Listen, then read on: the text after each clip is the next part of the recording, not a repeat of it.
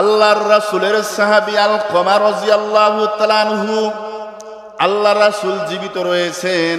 আল্লাহ রাসূলের সাহাবী জলিল ও কদর মর্যাদাপূর্ণ সাহাবী আলকমা মৃত্যুর সময় কালেমা নসিব হচ্ছে না, কালেমা পড়তে পারতেছে না, বারবার তালকিন দেয়া হচ্ছে, কালেমা নসিব হচ্ছে না।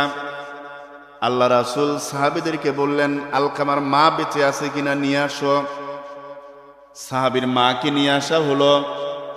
আল্লাহ নবী প্রশ্ন করলেন, আলকামার মা, আলকামা তোমার সঙ্গে কেমন ব্যবহার করছে? সাহাবীর মা বললেন, আলকামা খুব ভালো মানুষ, তাহাজ্জুদ গুজার, খুব নামাজি, সিয়াম পালন করে, নফল ইবাদতও করে।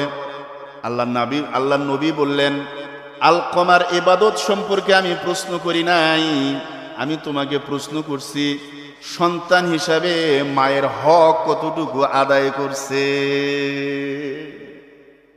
এইটা প্রশ্ন করছি। সাহাবীর মা দুই চোখের পানি ছেড়ে দিলেন। সাহাবীর মা বললেন, আল্লাহ রাসূল, আলকামা আমার উপরে তার স্ত্রীকে প্রাধান্য দিত এবং আমাকে তার স্ত্রীর আনুগত্য করার জন্য আলকামা বাধ্য করত। আমি আলকামার উপরে অসন্তুষ্ট, আমি আপনার এই সাহাবীকে আমি মাফ করব না। কি বলেন ভাই, পেঁচ লাগছে না লাগে নাই? আল্লাহ নবী জীবিত উপস্থিত, আল্লাহ নবীর সাহাবী মা আটকায় রাখছে, মাফ করে নাই। ওই সাহাবীর কালেমা মুখস্থ আসতে মুখে আসতেছে না। সেখানে আমরা কোন নবীউল্লাহ সুবুল্লাহ সার পোকাও না, আমরা কি সেইখানে? আল্লাহর রাসূল বললেন, ঠিক আছে, তুমি যদি মাফ না করো, আলকামার পার হওয়ার কোনো, নাজাত পাওয়ার কোনো অবস্থা নাই। যেহেতু তুমি মাফ না করলে জাহান্নামের আগুনে সে পুড়বে, তোমার সামনে আমি দুনিয়াতে তাকে আগুনের মধ্যে পোড়ায়া দেব। সাহাবীদেরকে বললেন, কাঠ সংগ্রহ করো। কাঠ সংগ্রহ করা হলো, আগুন জ্বালানো হলো। সাহাবীরা হাত পাও ধরছে আলকামার। আল্লাহ নবী বলল, দাও, আগুনে ফেলায়া দাও, পুরে সারখার হয়ে চলে যাক, কারণ তার মা তো তাকে মাফ করতেছে না। দুঃখিনী মা দুই চোখের পানি ছেড়ে দিলেন। কোন মা কি এটা সহ্য করতে পারে যে মায়ের সামনে সন্তান কষ্ট পাবে? কি বলেন? আমরা তো এখন বাবা হয়েছি, আমাদের সন্তানরা আমাদের বাবা মার সামনে যখন আমাদেরকে, শিশুরা যখন আমাদেরকে মারে, কি বলেন? বাবা মা ওই দিক থেকে চোখ গরম করে কি করে না? হ্যাঁ, মায়ের সামনে যদি নাতি, ছোট শিশু নাতি ছেলেকে পিটায়, ওই দিক থেকে মায়ের কলজা খামচা দিয়া ওঠে। মা চোখ পাকায়, এই আমার সামনে আমার ছেলেকে তুই মারিস? কি বলেন? আমাদের শিশু সন্তান আমাদেরকে যে মারে, আমরা কি ব্যথা পাই না আনন্দ পাই? আমরা আনন্দ পাই, কিন্তু ব্যথাটা লাগে কার গায়ে? মায়ের কলিজায় গিয়ে ব্যথাটা লাগে। হ্যাঁ, দুঃখিনী মা বললেন, আল্লাহ রাসূল, আমার সন্তানকে পোড়াবেন না, আল্লাহর রস্তে আমার সন্তানকে আমি মাফ করে দিলাম। যখন সন্তানকে মাফ করে দিলেন, তার মুখে কালেমা নসিব হলো এবং কালেমা মুখে নিয়ে আলকামা রাদিয়াল্লাহু তাআলা আনহু মৃত্যুবরণ করলেন। আল্লাহ এবং আল্লাহর রাসূল পিতামাতার কি পরিমাণ মর্যাদা দিয়েছে। আমরা এই পৃথিবীতে ছিলাম না, এই পৃথিবীটাও ছিল না, এই পৃথিবীটাও আল্লাহ রাব্বুল আলামিন তৈরি করেছেন, আমাদেরকেও আল্লাহ রাব্বুল আলামিন তৈরি করেছেন। আমাদের জীবনের মালিক আল্লাহ, আমাদের দেহের মালিক আল্লাহ। চোখ, নাক, মুখ, হাত, কান, এত সুন্দর দেহটার মালিক হচ্ছে আল্লাহ। যেই আল্লাহ সুন্দর পৃথিবী দিলেন, সুন্দর দেহ অবয়বের মানুষ সৃষ্টি করলেন, সেই আল্লাহ এই পৃথিবী পরিচালনার জন্য, পৃথিবীর মানুষ পরিচালিত হওয়ার জন্য মূলনীতি হিসাবে, সংবিধান হিসাবে আল কোরআনকে দিয়েছেন। এই কোরআন শুধু নামাজে তেলাওয়াত হওয়ার জন্য আসে নাই। এই কোরআন শুধু তাবিজ এবং ঝাড়ফুঁকের জন্য আসে নাই। এই কোরআন এসেছে বিশ্ব মানবতার অধিকার প্রতিষ্ঠিত করার জন্য। এই কোরআনের মধ্যে আল্লাহ রাব্বুল আলামিন বললেন, আল্লাহ ছাড়া অন্য কারো ইবাদত করবে না। আল্লাহ ছাড়া অন্য কারো ইবাদত করা যায়। এটার উদাহরণ হচ্ছে, নামাজের সময় মুয়াজ্জিন আজান দিল, কিন্তু ওই মুসলমান নেতার সঙ্গে রাজনীতি নিয়ে ব্যস্ত, ভোট নিয়ে ব্যস্ত, বিভিন্ন জ্বালাও পোড়াও মিছিল মিটিং নিয়ে ব্যস্ত। আল্লাহ রাব্বুল আলামিনের পক্ষ থেকে ডাক আসলো, হাইয়া আলাস সালাহ, ওগুলো সব বাদ দিয়ে আল্লাহু আকবার, বড় আল্লাহর সালাতের দিকে আসো। হাইয়া আলাল ফালাহ, সফলতার দিকে আসলো, সফলতার দিকে আসো। আল্লাহ ডাকলেন, কিন্তু মুসলমান আল্লাহর এই ডাককে অবজ্ঞা করে নামাজের সময় নেতার সঙ্গে মিটিংয়ে ব্যস্ত, মিছিলে ব্যস্ত, জ্বালাও পোড়াও ব্যস্ত। নামাজের সময় সে নামাজে আসলো না, সে নেতার আনুগত্য করলো। এইটাও আল্লাহ ছাড়া নেতার আনুগত্য হলো, এটাও একটা শিরক। নেতা নির্দেশ দিল, অমুককে তুমি হত্যা করো। আল্লাহর নির্দেশ হচ্ছে হত্যা করা যাবে না, অন্যায়ভাবে কাউকে হত্যা করা যাবে না, আল্লাহর নির্দেশ। নেতা নির্দেশ দিছে ওকে হত্যা করো। আল্লাহর নির্দেশ ভুলে নেতার নির্দেশটাকে সে মানল। এই ব্যক্তি আল্লাহর ইবাদত বাদ দিয়ে ওই নেতার ইবাদত করল। এই জন্য আল্লাহ বলছে, আল্লাহর ইবাদত করো, অন্য কারো ইবাদত করো না। নেতার ইবাদত কিভাবে করা হয় আল্লাহকে বাদ দিয়ে? গয়রুল্লাহর ইবাদত কিভাবে করা হয়? নেতা নির্দেশ দিল, অমুকের হসপিটালটা তুমি আমাকে দখল করে দাও, অমুকের অমুক জমিগুলো তুমি আমাকে দখল করে দাও। আল্লাহর বিধান ভুলে সে দখল করে দিল। এটা নেতার আনুগত্য হলো, শিরক হয়ে গেল। আল্লাহর বিধানকে এইখানে জবাই করে নেতাকে খুশি করা হলো। এই জন্য আল্লাহ বলছে, আল্লাহর ইবাদত করো, অন্য কারো ইবাদত করো না।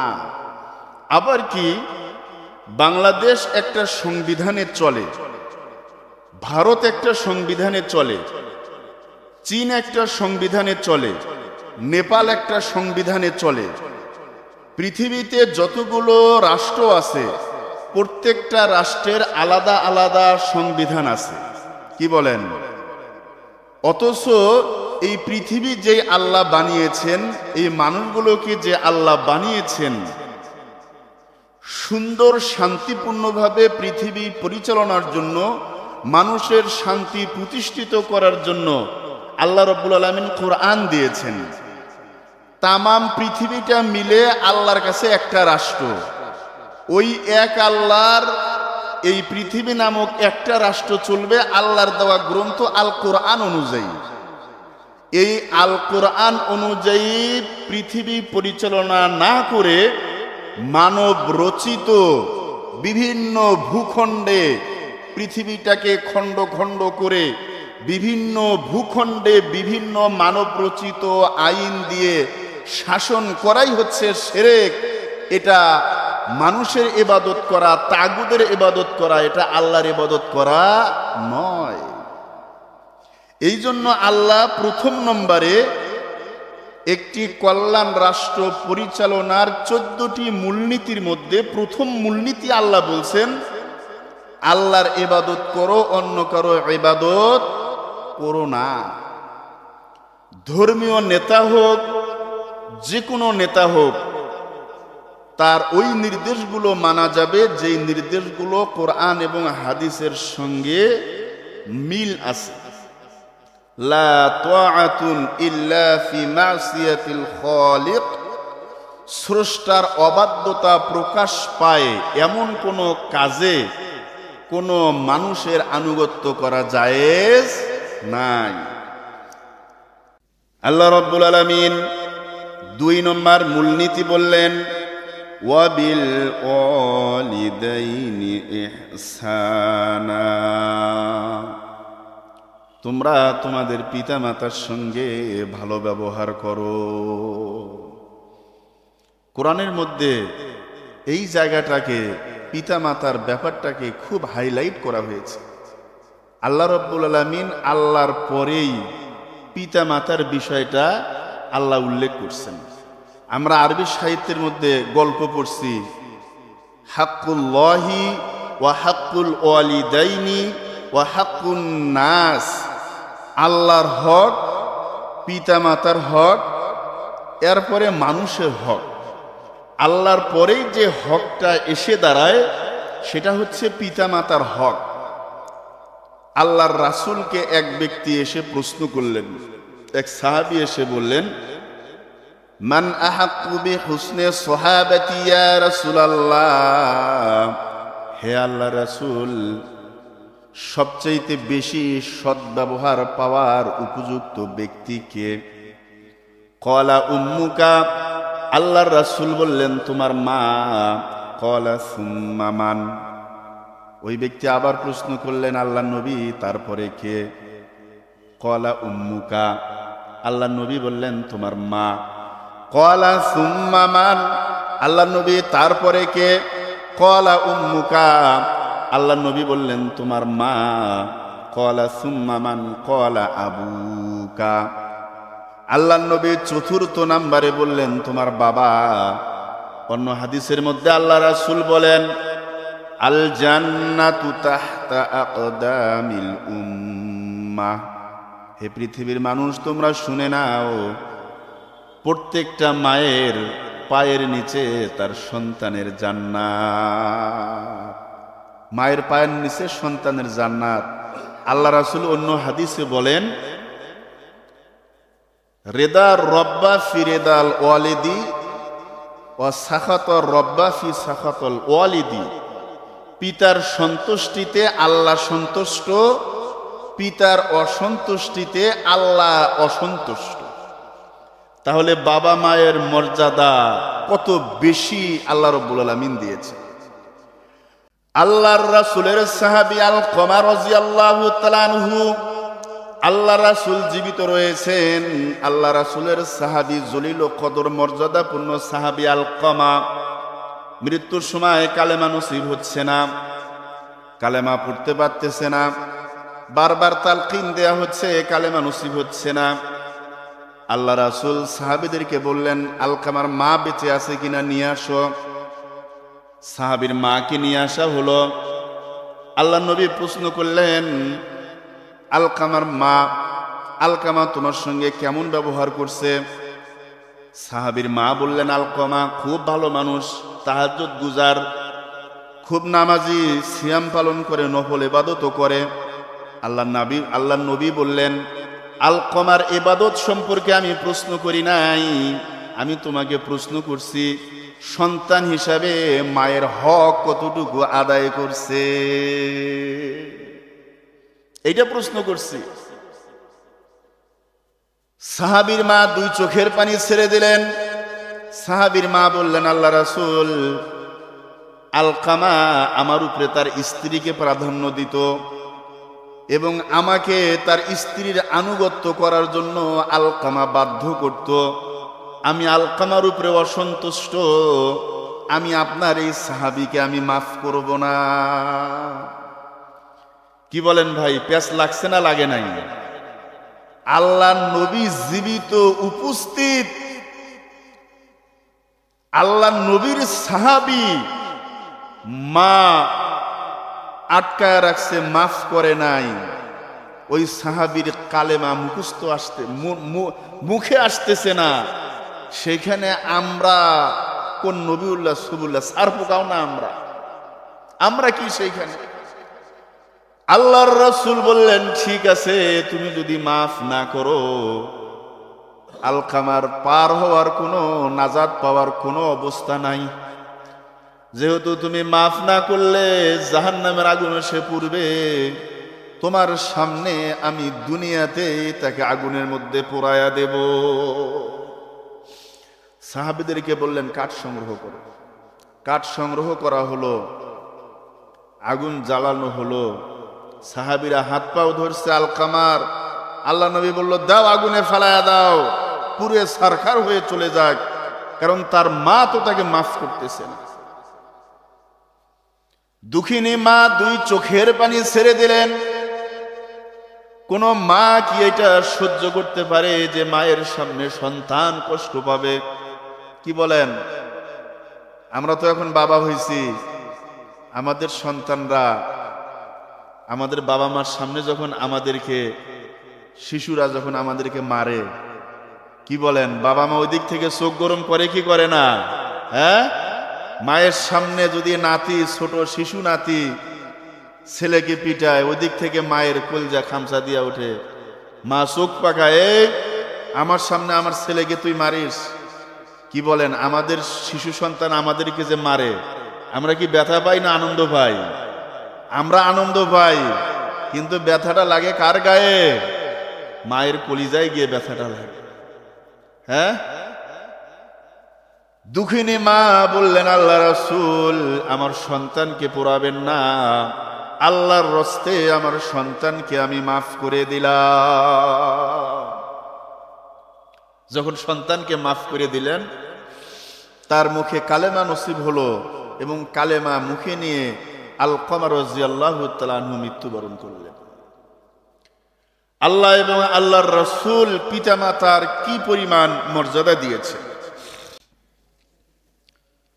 আল্লাহ রাব্বুল আলামিন জানায়া দিলেন।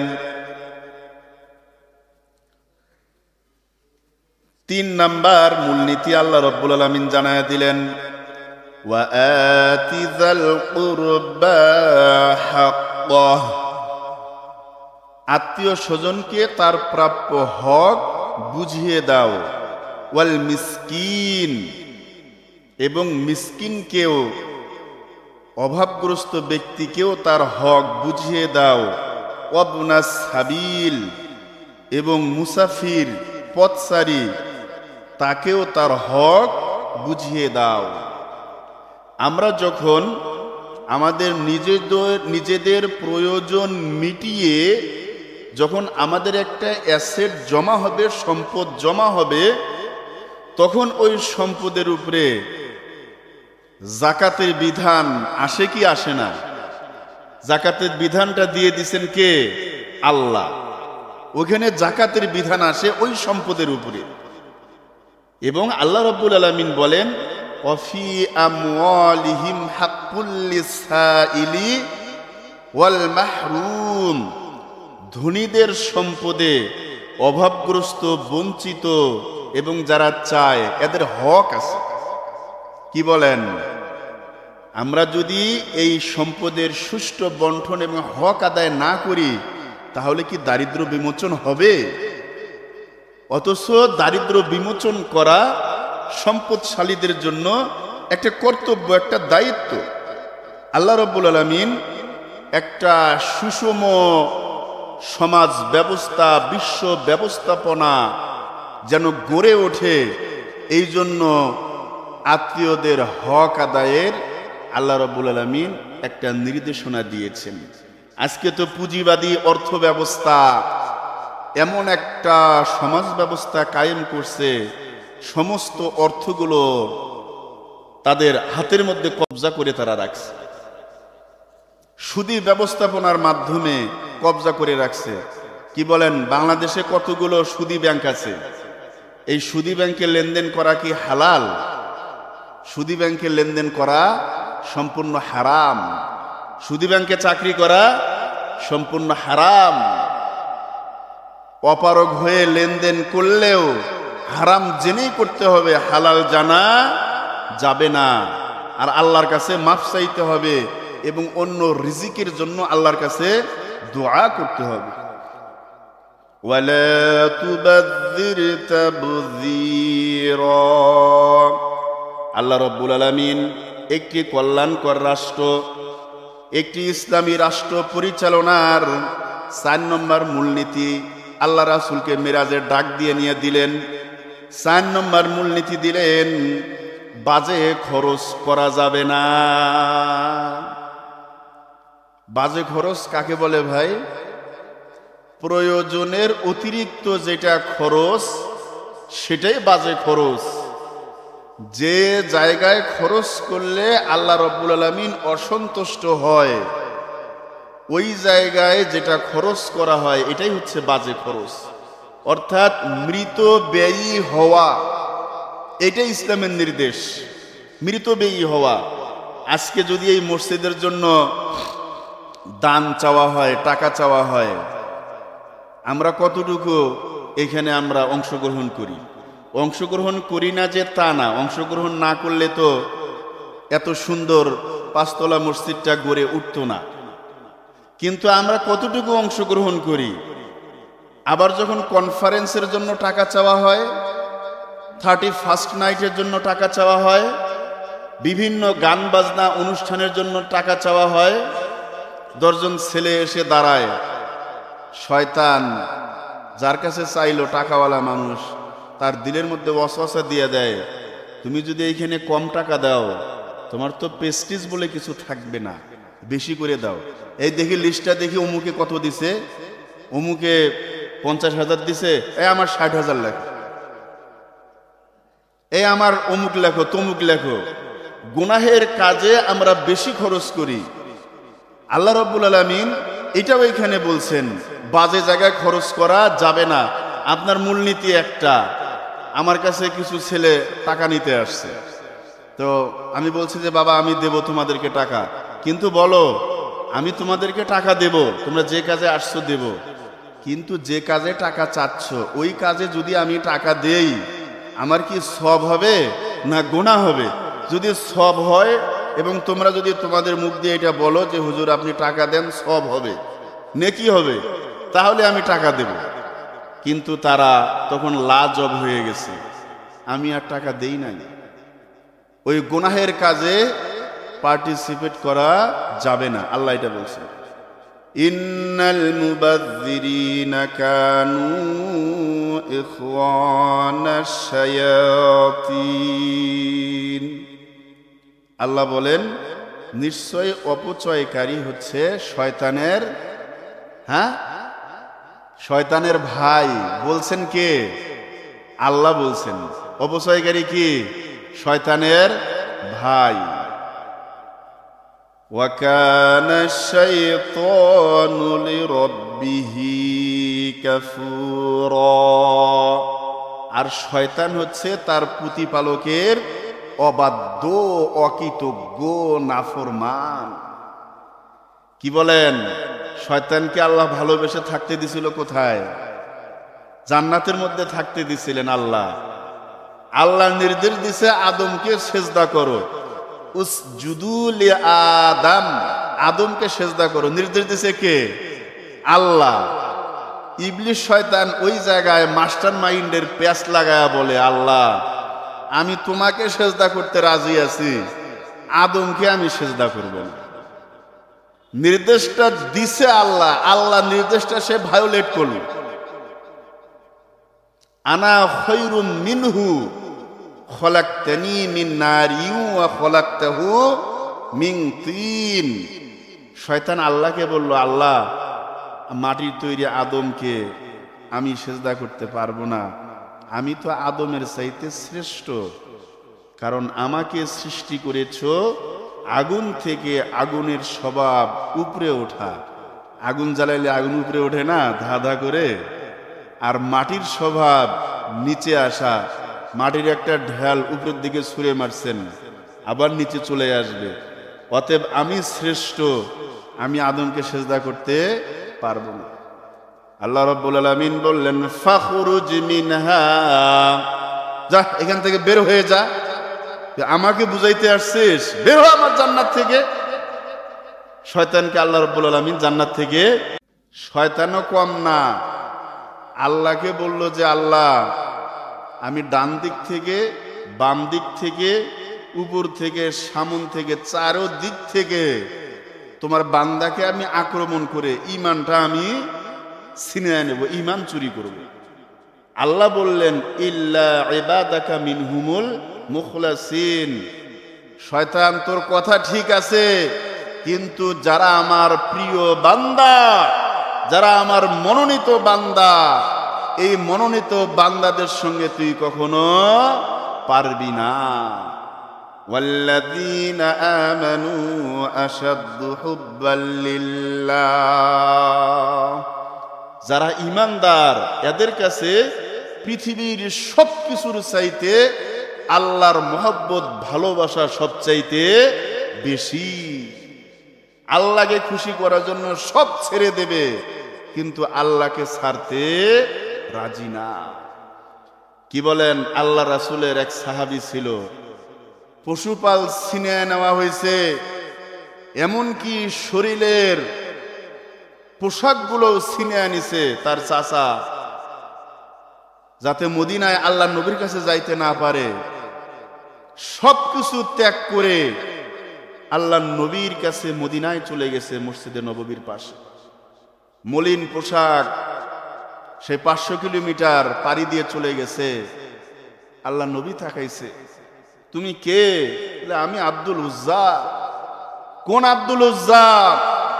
মক্কার মধ্যে যে রাজ প্রিন্সের মতো চলাফেরা করত সেই আব্দুল উজ্জা।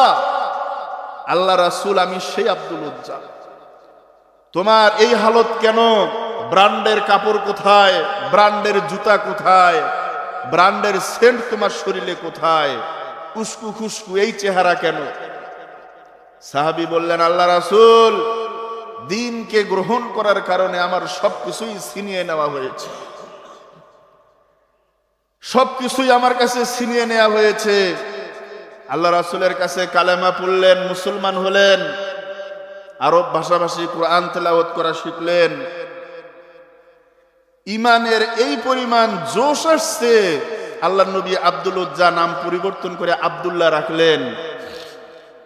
এত ইমানের জোশ, নামাজ শেষ হওয়ার সঙ্গে সঙ্গে খুব জোরে জোরে কোরআন তেলাওয়াত করে। অন্যান্য সাহাবীরা অভিযোগ দিলেন, আল্লাহ নবী, ফরজ সালাতের পরে তো কিছু মাসনুন দোয়া আছে, আমরা তো আব্দুল্লাহর কোরআন তেলাওয়াতের যন্ত্রণায় এই মাসনুন দোয়াগুলো আমরা তেলাওয়াত করতে পারি না, খুব জোরে জোরে কোরআন তেলাওয়াত করে। আল্লাহর রাসূল বললেন, আব্দুল্লাহর ব্যাপারে তোমরা আমাকে কেউ কোনো অভিযোগ দিবা না, কারণ আব্দুল্লাহ বড় চড়া দাম দিয়া তার ঈমানটাকে ক্রয় করেছে। জীবনের সবকিছু সে ছেড়ে দিছে ঈমানকে পাওয়ার জন্য। আজকে আমরা ঈমান কি জিনিস বুঝি না, আমাদের জীবন ব্যবস্থা বেঈমানি হালতে চলছে, আমরা বুঝি না। এই আব্দুল্লাহ জিহাদের ময়দানে আল্লাহ নবী চলে গেলেন আব্দুল্লাহকে সঙ্গে নিয়ে। আব্দুল্লাহ বললেন, আল্লাহ রাসূল, সবাই তো সবকিছু আপনাকে সহযোগিতা করলো, টাকা পয়সা অনেক কিছু দিল, আমার তো কিছুই নাই, দিন প্রতিষ্ঠার জন্য আমি কিছুই দিতে পারলাম না। আল্লাহ নবী, আপনি দোয়া করেন এই জিহাদের ময়দানে আমি যেন উপহার হিসেবে আমার জীবনটা আল্লাহ রাস্তায় দিয়ে দিতে পারি। আল্লাহ নবী বললেন, তুমি একটু গাছের বাকল নিয়ে আসো, কলার ছুতর আছে না, একটু বাকল নিয়ে আসা হলো। আল্লাহ রাসূল আব্দুল্লাহর বাহুতে ওইটা বেঁধে দিলেন, বেঁধে দিয়ে বললেন, আল্লাহ রাব্বুল আলামিন, আব্দুল্লাহর রক্তকে কাফিরদের জন্য আমি হারাম করে দিলাম। আব্দুল্লাহ চিৎকার দিয়ে উঠলেন, আল্লাহ রাসূল, আমি চাইলাম শাহাদাত, আপনি আমার রক্ত কাফিরদের জন্য হারাম করে দিলেন। আল্লাহ নবী বললেন, আব্দুল্লাহ রে, এরপরে যদি তোমার জ্বরেও মৃত্যু হয়, ঘরেও মৃত্যু হয়, এরপরেও আল্লাহ রাব্বুল আলামিন তোমাকে শাহাদাতের মর্যাদা দিবে। রাস্তার মধ্যে অসুস্থ হয়ে গেলেন, মারা গেলেন। তাকে কাফন পরানো শেষে, গোসলের পর কাফন পরানো শেষে আল্লাহর রাসূল নিজে কবরে নামলেন। হযরতে বেলাল রাদিয়াল্লাহু তাআলা আনহু রাতের বেলা হারিকেনটা, কুপিটা কবরের কাছে আলোটা ধরে থাকলেন। আবু বকর, ওমর, অন্যান্য সাহাবীরা আব্দুল্লাহর লাশটা বহন করে আল্লাহ নবীর কাছে নিয়ে আসতেছিলেন। আল্লাহর রাসূল বললেন, হে আমার সাহাবীরা, তোমার এই ভাইয়ের লাশটাকে কষ্ট দিও না, খুব ধীর স্থির ভাবে তোমার ভাইয়ের লাশটাকে কবরে নামাও। কবরস্থ করা হলো। আল্লাহর নবী আরশে আজিমের দিকে তাকিয়ে বললেন, আল্লাহ রাব্বুল আলামিন, আমার সাহাবী আব্দুল্লাহর উপরে তার শেষ জীবন পর্যন্ত আমি খুশি ছিলাম। আল্লাহ রাব্বুল আলামিন, তুমিও আমার আব্দুল্লাহর উপরে খুশি হয়ে যাও। হযরত ওমর রাদিয়াল্লাহু তাআলা আনহু কান্নায় ভেঙে বললেন যে, আরে আব্দুল্লাহ, আজকে এই লাশটা যদি তোমার না হয়ে আমার ওমরের হইতো, আমি এবং আল্লাহ রাসূল এইভাবে দোয়া করত, আমি ওমর তো কামিয়াব হয়ে যাইতাম। আমরা আজকে কোথায় বসবাস করছি ভাই? আল্লাহ রাব্বুল আলামিন পঞ্চম নম্বর যে মূলনীতির কথা বললেন ইসলামী রাষ্ট্র পরিচালনার, পঞ্চম নম্বর মূলনীতির কথা আল্লাহ বললেন, ওয়া ইম্মা তুরিদান্না আনহুম ইবতিগা রাহমাতিম মির রাব্বিক তারজুহা ফাকুল লাহুম কওলাম মাইসুরা। যদি তোমরা নিজেদের প্রয়োজন পূরণ করে আত্মীয় স্বজন গরিব মিসকিনের হক আদায়ের মতো সক্ষমতা যদি তোমাদের না হয়ে থাকে, এরকম ফিনান্সিয়াল অ্যাবিলিটি যদি তোমরা অর্জন করে না থাকো, তাহলে তাদের সঙ্গে নরম ভাষায় কথা বলে তোমরা তাদেরকে বিদায় করে দাও, তাদের সঙ্গে তোমরা খারাপ আচরণ করো না। আল্লাহ রাব্বুল আলামিন ষষ্ঠ নম্বর ইসলামী রাষ্ট্র পরিচালনার ষষ্ঠ নম্বর মূলনীতি দিলেন, ওয়ালা তাজআল ইয়াদাকা মাগলুলাতান ইলা উনুকিকা ওয়ালা তাবসুতহা কুল্লাল বাসত ফাতাকউদা মালুমান মাহসুরা। আল্লাহ রাব্বুল আলামিন বললেন, দানের ব্যাপারে এত কৃপণ হইও না যে তুমি যেন তোমার দুই হাত এইভাবে ডান্ডা বেরির মতো ঘাড়ের সঙ্গে বেঁধে রাখছো। এত কৃপণতা তুমি করো না। এবং দান করতে করতে এত খোলা হাত হইও না যে লাস্ট পর্যন্ত দান করতে করতে তুমি নিজেই ফকির হয়ে যাও। যদি তুমি এরকম করো তাহলে তুমি নিঃস্ব এবং তিরস্কৃত হয়ে যাবে। কি বলেন? আল্লাহর নবী একটা মিস্তাক দিছে কি দেয় নাই? আল্লাহ রাব্বুল আলামিন একটা মানদণ্ড দিছে কি দেয় নাই? অনেকে আমার কাছে গল্প করে, কয় হুজুর, আমি তো কোরবানির গোশত মানুষকে দিছি, দিতে দিতে আমাদের ভাগের যেটা এটাও দিয়ে দিছি। আমি বললাম যে ভাই, আপনি তো গুনাহগার হয়েছেন। কেন গুনাহগার? আপনার স্ত্রী সন্তানের যে হক, এই হকটাও আপনি মানুষকে দিলেন কেন? আপনি বঞ্চিত করলেন কেন? আল্লাহ তো হক নির্ধারিত করে দিছে, ওই হক অনুযায়ী বেশিও করা যাবে না, কমও করা যাবে না। কি বলেন?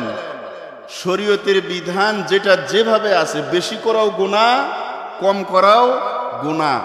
কামা হাক্কাহু, যেটা যেভাবে আছে ওইভাবেই করতে হবে। সপ্তম নম্বর গুণাবলী, সপ্তম নম্বর মূলনীতি ইসলামী রাষ্ট্র পরিচালনার আল্লাহ রাব্বুল আলামিন বললেন, ওয়ালা তাকতুলু আওলাদাকুম খাশিয়াতা ইমলাক। আর তোমরা তোমাদের সন্তানদেরকে হত্যা করো না। দারিদ্র্যের ভয়ে তোমাদের সন্তানদেরকে তোমরা হত্যা করো না। নাহনু নারযুকুহুম ওয়া ইয়্যাকুম, নিশ্চয় আমি তোমাদেরকে এবং তোমাদের সন্তানদেরকে রিজিক দিয়ে থাকি। রিজিকের মালিক কে ভাই? একসাথে বলেন, রিজিকের মালিক কে? আল্লাহ রিজিকের মালিক। ওই রিজিকের জিম্মাদারি যদি আমি ঘাড়ে তুলে নেই, আমি কুলাইতে পারবো? কয় যে টাকাগুলো সঞ্চয় করছি, যদি অসুখ বিসুখ রোগ বালাই হয় তখন এই টাকা দিয়ে চিকিৎসা করব। একটু টাকা সেভিংস না করলে হয়? বলেন, টাকা সেভিংসের নিয়ত কি? অসুখ বিসুখ হলে চিকিৎসা করা। আল্লাহ কয় থাম, তুই এই নিয়ত করছিস, ওই নিয়তটাই আমি পূরণ করব। কি বলেন, ঠিক না ঠিক? হ্যাঁ, এই নিয়ত করা যাবে না, হালাল নিয়ত, সহি নিয়ত করতে হবে। আবার অনেক বাবারা বলে, আমিও 3টা কন্যার সন্তানের আমি বাবা, আমি আমার মেয়েকে দিয়ে বলছি, মানুষের মেয়েকে দিয়ে বললে তারা মন খারাপ করতে পারে।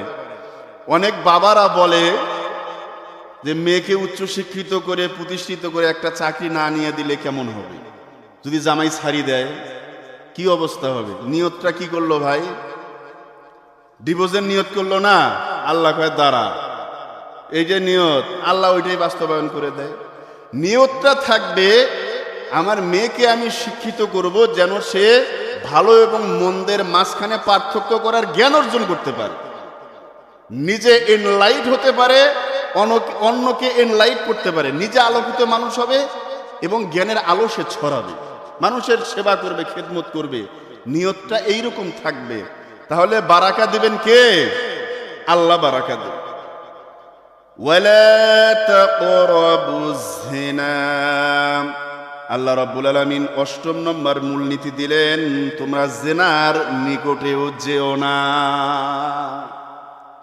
আল্লাহ বলছেন যে জিনার কাছাকাছি যাওয়া যাবে না। জিনা করা তো দূরের কথা, চোখের জিনা হলো দেখা, চামড়ার স্পর্শ করা হলো চামড়ার জিনা, মনের জিনা হলো কল্পনা করা। মনের জিনা কি? কল্পনা করা। আর যেটা একবারে গোপনে যেটা হয় ওইটা হলো বাস্তবায়ন করা। এই সবগুলোই জেনার অন্তর্ভুক্ত। আল্লাহ রাসূল আরেকটা বলছেন, জেনা কোন নারী যদি সুগন্ধি ব্যবহার করে বাহিরে বের হয় এবং ওই সুগন্ধে পরপুরুষ মাতোয়ারা হয়, ওই নারীটা জেনা না করেও তার আমলনামায় জেনাহের গুনাহ লিখে দেয়া হয়। আল্লাহ রাসূল বলেন, ওই পুরুষটা দায়ুস যার অধীনস্থ নারীরা বেপরদা চলাফেরা করে, আর ওই পুরুষটা বাধা দেয় না। পুরুষও দায়ুস, আর দায়ুস লা ইয়াদখুলুল জান্নাহ, দায়ুস পুরুষ জান্নাতে প্রবেশ করবে না, জেনার কাছেও যাওয়া যাবে না। আল্লাহ রাব্বুল আলামিন 9 নম্বর মূলনীতি বললেন, ওয়ালা তাকতুলুন নাফসাল্লাতী হারামাল্লাহু ইল্লা বিল হক, অন্যায়ভাবে তোমরা কাউকে হত্যা করো না। অন্যায়ভাবে কাউকে হত্যা করা যাবে না। কি বলেন, আমাদের মসজিদের পশ্চিম পাশে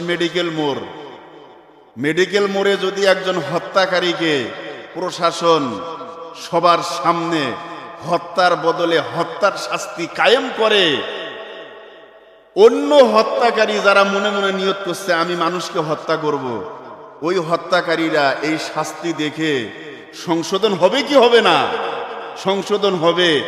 আল্লাহর এই বিধানটা শুধু বাংলাদেশে না, সারা পৃথিবীতে প্রতিষ্ঠিত করার দায়িত্ব তামাম মুসলমানদের, ঠিক না বেঠিক? আমরা এই দায়িত্বগুলো পালন করতেছি না। সাহাবায়ে কেরাম যুদ্ধ করছেন, জিহাদ করছেন, এই দ্বীনকে প্রতিষ্ঠিত করার জন্য করছেন। আল্লাহ রাব্বুল আলামিন 9 নম্বর 10 নম্বর আল্লাহ রাব্বুল আলামিন একটা মূলনীতি দিলেন, ওয়ালা তাকরাবু মালাল ইয়াতীম, এতিমের মালের কাছেও যেও না। আমাদের সমাজে এতিম প্রচুর পরিমাণে, প্রচুর এতিম আছে। কি বলেন, জ্যাঠো বা চাচা এতিমের সম্পত্তি আত্মসাৎ করে কি করে না? প্রচুর করে আত্মসাৎ। এটা করা যাবে না। জমি আত্মসাৎ করার পরিণতিটা এক কথায় বলে দেই, যতটুকু জমি আত্মসাৎ করবে পুরা জমিনটা কিয়ামতের মাঠে উঠায় নিয়ে তার পিঠের মধ্যে চাপায়া দেওয়া হবে। এগুলো বহন করো। এখন চিন্তা করেন কি পরিমাণ শাস্তি দেওয়া হবে। 11 নম্বর গুণাবলী হচ্ছে, ওয়া আউফু বিল আহদি, তোমরা প্রতিশ্রুতি পূর্ণ করো। কাউকে প্রতিশ্রুতি দেওয়া, ওয়াদা দেওয়া, এই ওয়াদাটা আল্লাহ রাব্বুল আলামিন পূরণ করতে বলছেন।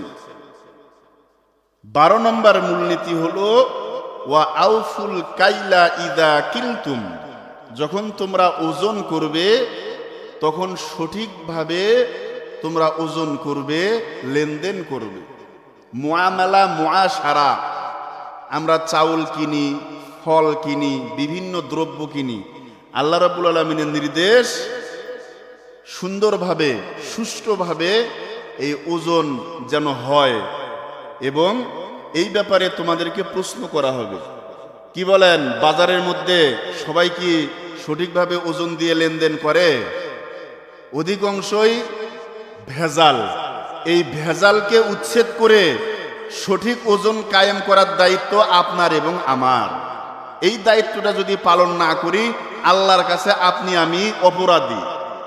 যারা খাবারের মধ্যে ভেজাল দেয়, যেই খাবারগুলো খেয়ে মানুষ ধীরে ধীরে ধীরে ধীরে মৃত্যুর দিকে ধুকে ধুকে চলে যায়, ওই খাদ্যে ভেজাল দানকারীর শাস্তি মৃত্যুদণ্ড করা উচিত। কি বলেন?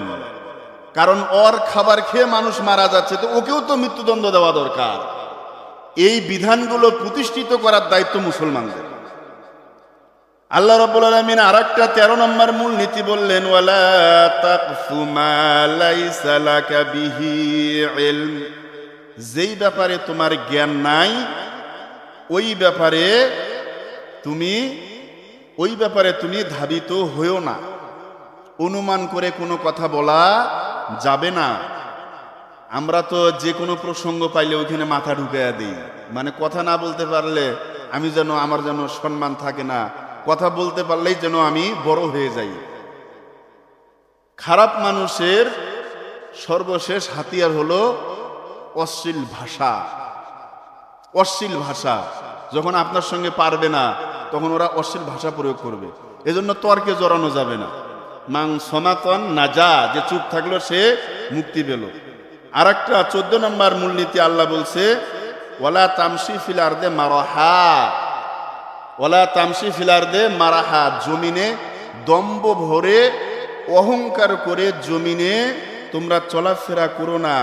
ইন্নাকা লান তাখরিকাল আরদ, নিশ্চয় খটখট খটখট করে চললে, অহংকার করে চললেই তুমি জমিনকে বিদীর্ণ করতে পারবে না।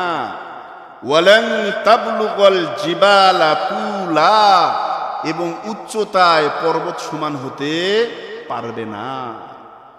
এই 14টি মূলনীতি আল্লাহ রাব্বুল আলামিন আল্লাহর রাসূলকে মিরাজে ডাক দিয়ে নিয়ে দিছেন। মিরাজের মূল লক্ষ্য উদ্দেশ্য হলো একটি কল্যাণ রাষ্ট্র কিভাবে প্রতিষ্ঠিত হবে, কিভাবে পরিচালনা হবে, এইটা আল্লাহ রাসূলকে শিক্ষা দেওয়ার জন্যই আল্লাহ রাব্বুল আলামিন আল্লাহর রাসূলকে মিরাজে ডাক দিয়ে নিয়েছিলেন।